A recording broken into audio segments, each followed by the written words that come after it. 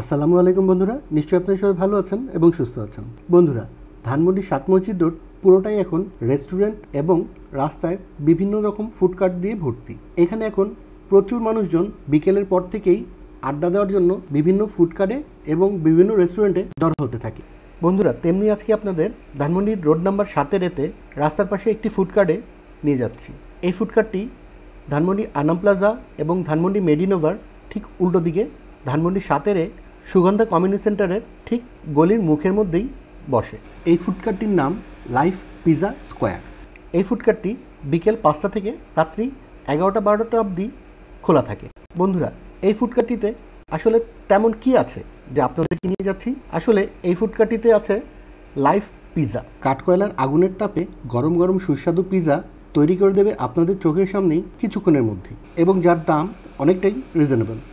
তাহলে বন্ধুরা, চলুন দেখে নিই এখানে কি কি ধরনের পিৎজা পাওয়া যায়।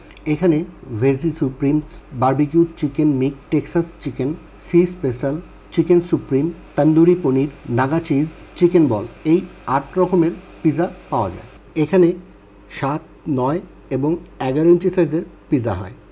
আমরা এখানে ৯ ইঞ্চি সাইজের বারবিকিউ চিকেন মিক্সড দুটো পিৎজার অর্ডার দিলাম। চলুন বন্ধুরা, তারা কীভাবে পিৎজা তৈরি করে এবং কী কী উপকরণ দেয় তা আমরা দেখে নিই।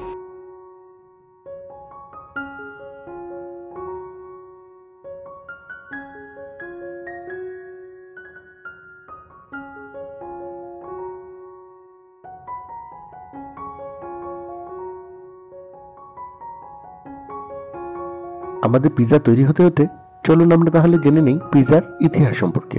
পিৎজা অনেকের কাছে অতি লোভনীয় একটি খাবার এবং বিশ্বের অন্যতম জনপ্রিয় একটি খাবারের নাম।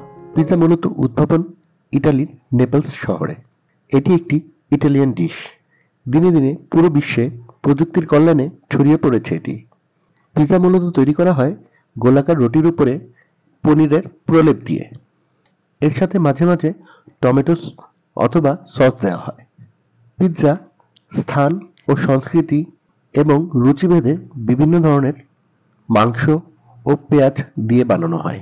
খাবারটি মূলত নেপোলিটান রন্ধন প্রণালীর অংশ। তা সত্ত্বেও সারা বিশ্বে এটি তুমুল জনপ্রিয় সুস্বাদু খাবার। পিৎজার উদ্ভাবন ইটালির ধারণা করা হলেও সঠিক উৎপত্তি স্থান এখনও অজানা। মনে করা হয় রোমানীয় চ্যাপ্টার রুটি ফোকাসিয়া থেকে এর উৎপত্তি। ১৮ অথবা ১৯ শতকে ইটালির নেপলস শহরে আধুনিক পিৎজার প্রচলন হয়। তখনকার নাম ছিল নেপালিটান পাই। তবে প্রাচীন মিশর, গ্রিক, আর্মেনিয়ান খাবারে এর উল্লেখ দেখা যায়। প্রাচীন গ্রিসের প্লাকুয়স নামক খাবার, যার ওপরাংশে তেল, লতাগুচ্ছ ও পনির দিয়ে চুলায় রুটির মতো ভাজা হতো। প্রাচীন রোমানরা একটি মানসম্মত পাতলা রুটির উপর পনির, মধু ও তেজপাতা মিশিয়ে খেত। তবে ১৫২২ সালের দিকে যখন পেরু থেকে ইউরোপে টমেটো বাণিজ্য করত, তখন মানুষ এটি বিষাক্ত ফল মনে করে খেত না। তখন গরিব মানুষগুলো এই টমেটো সহজে পেয়ে আটা ও ইস্ট মিশিয়ে টমেটো ও মশলা দিয়ে খেতে শুরু করে। পরবর্তীতে এই খাবারটি অনেক জনপ্রিয় হয়ে ওঠে। খ্রিস্টপূর্ব ৬ষ্ঠ শতকে পারস্য সৈনিকদের পাতলা রুটির সাথে খেজুর ও পনির মিশিয়ে খাওয়ার প্রমাণ পাওয়া যায়। কিছু বিশেষজ্ঞদের মতে পিৎজা উদ্ভাবন পিৎজা রোল থেকে, যা মূলত রোমান জিউসদের খাবার ছিল। অন্যদিকে মনে করা হয় রাফায়েলস এসপ্লোসিটো নামক এক লোক প্রথম পিৎজা আবিষ্কার করেন।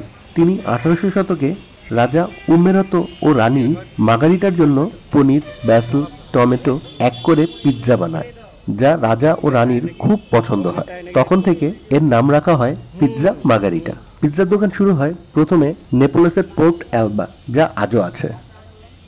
পিৎজা বর্তমান বিশ্বের সকল দেশেই দেখা যায়। বন্ধুরা, আমাদের হাতে চলে এসছে কাঠকয়লায় পোড়ানো গরম গরম সুস্বাদু পিৎজা। এখন খেয়ে দেখার পালা। আসলে বন্ধুরা, পিৎজাটা খেতে কিন্তু দারুণ মজার। আপনারা নির্দ্বিধায় এখানে এসে পিৎজাটি টেস্ট করে দেখতে পারেন। বন্ধুরা, আজকের মতো বিদায় নিচ্ছি। ইনশাল্লাহ পরবর্তীতে আবার দেখা হবে অন্য কোনো নতুন জায়গায় গিয়ে।